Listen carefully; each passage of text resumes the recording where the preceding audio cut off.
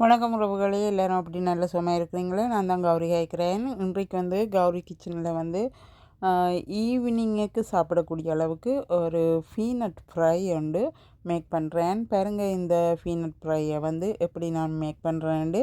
இது வந்து கோது உடைச்சபடியே இப்படியே வாங்கியிருக்கிறேன்.